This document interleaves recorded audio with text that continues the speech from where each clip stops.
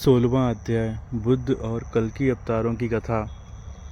अग्निदेव कहते हैं, अब मैं बुद्ध अवतार का वर्णन करूंगा जो पढ़ने और सुनने वालों के मनोरथ को सिद्ध करने वाला है।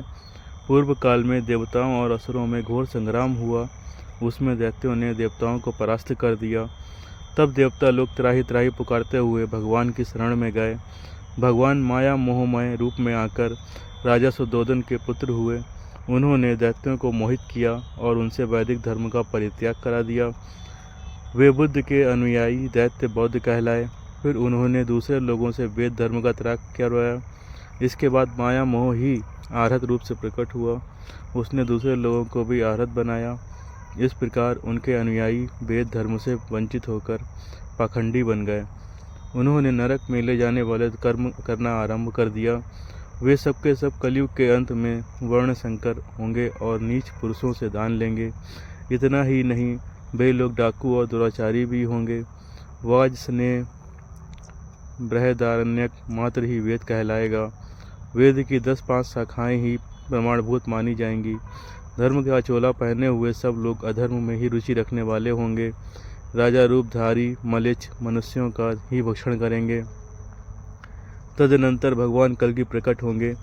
वे श्री विष्णु यश के पुत्र रूप से अवतीर्ण हो याज्ञ वल्स को अपना पुरोहित बनाएंगे। उन्हें अस्त्र शस्त्र विद्या का पूर्ण ज्ञान होगा।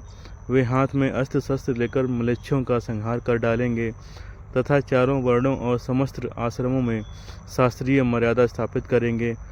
समस्त प्रजा को धर्म के उत्तम मार्ग में लगाएंगे। उसके बाद श्री हरि कल्कि रूप का परित्याग करके अपने धाम में चले जाएंगे। फिर तो पूर्ववत सतयुग का साम्राज्य होगा। साधु श्रेष्ठ सभी वर्ण और आश्रम के लोग अपने अपने धर्म में दृढ़तापूर्वक लग जाएंगे। इस प्रकार संपूर्ण कल्पों तथा मनवतारों में श्री हरि के अवतार होते हैं। उनमें से कुछ हो चुके हैं, कुछ आगे होने वाले हैं। उन सब की कोई नियत संख्या नहीं है। जो मनुष्य श्री विष्णु के अंशावतार तथा पूर्णावतार सहित 10 अवतारों का चरित्रों का पाठ अथवा श्रवण करता है, वह संपूर्ण कामनाओं को प्राप्त कर लेता है तथा निर्मल हृदय होकर परिवार सहित स्वर्ग को जाता है। इस प्रकार अवतार लेकर श्री हरि धर्म की व्यवस्था और अधर्म का निराकरण करते हैं। वे ही जगत की सृष्टि आदि के कारण हैं। 16वें अध्याय का समापन करते हैं।